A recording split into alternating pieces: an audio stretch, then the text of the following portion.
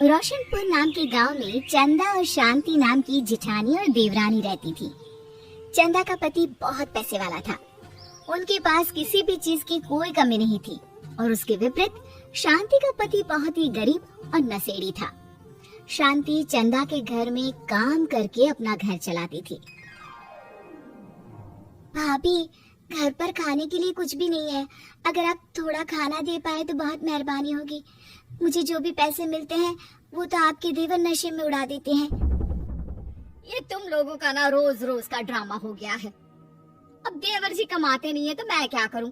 तुम्हारा पति तो तुम्हारी सारी कमाई दारू में उड़ा देता है। रहने दो भूखा उसे। अरे ऐसे मत बोलिए भाभी, आप तो जानती ही हैं कि वो मन के कितने साफ है, पर इस बेरोजगारी के कारण उन्हें दारू पीने की लत लग गई है। अरे अपना ये रोना गाना बाद में कर लेना, पहले काम निपटा ले घर का। मेरा और टाइम खराब ना कर। जा गेहूं पीस ले, फिर तुझे कपड़े भी धोने हैं। शांति रसोई घर में जाकर गेहूं पीसने लगती है। पीसते पीसते कुछ गेहूं वहाँ कपड़ों में गिर जाते हैं, जिसे देखकर उसके दिमाग में एक आइडिया आता है।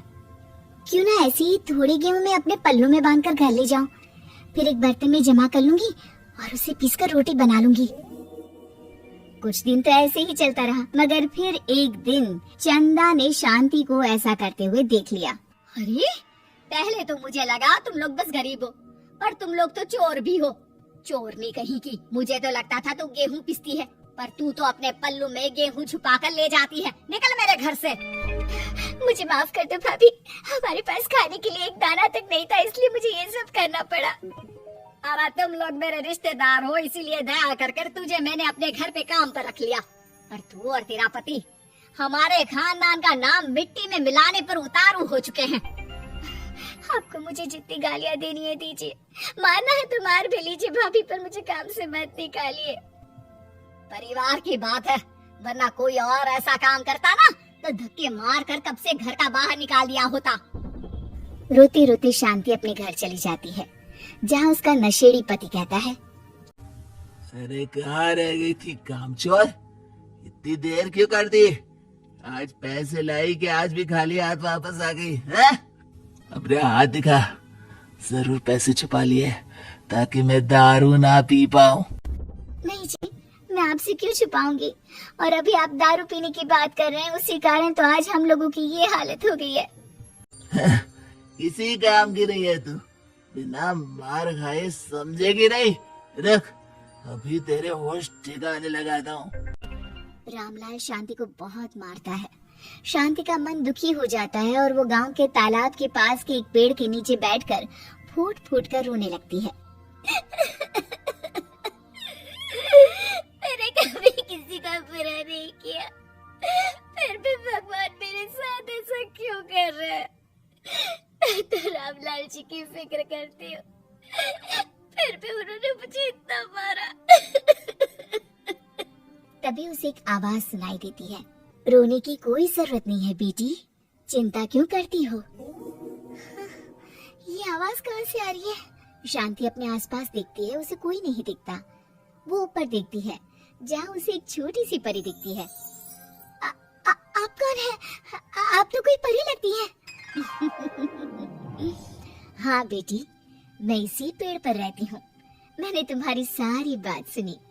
अब तुम्हें फिक्र करने की कोई जरूरत नहीं। अपनी आंखें बंद करो। शांति आंखें बंद करती है और जादुई परी अपनी छड़ी घुमाती है। उसकी छड़ी घुमाते ही पेड़ के सारे पत्ते सुनहरे रंग के हो जाते हैं। परी उनमें से एक पत्ता तोड़ लेती है और फिर से अपनी छड़ी घुमाती है, जिसके कारण सारे पत्ते पहले की तरह साधारण से दिखने लगते हैं। आंखें खोलो बेटा। लो, इस पत्ते को ले जाकर अपने तकिए के नीचे रख देना। ये तो एक साधारण पत्ता है, इससे क्या होगा? ठीक है, अगर आप कहती हैं तो मैं इसे रख लेती हूँ। शांति उस पत्ते को लेकर अपने घर जाती है और अपने कमरे में तकिए के नीचे रखकर सो जाती है। सपने में उसे वही पेड़ वाली जादुई परी दिखाई देती है। बोलो शांति, क्या चाहिए तुम्हें? मैं चाहती हूँ हम बहुत अमीर हो जाए और मेरे पति नशा करना छोड़ दे, उन्हें कोई काम भी मिल जाए। कल जब तुम सुबह नींद से जागोगी, तुम्हारी इच्छा पूरी हो गई होगी। अगली सुबह शांति नींद से जागती है, अपने आसपास का नजारा देखकर चौंक जाती है। उसके बिस्तर पर चारों तरफ सोने चांदी रखे हुए थे। हे भगवान, कहीं मैं सपना तो नहीं देख रही? इतना सारा सोना, वो भी मुझ गरीब के पास। रामलाल जी को बताती हूँ, वो बहुत खुश होंगे।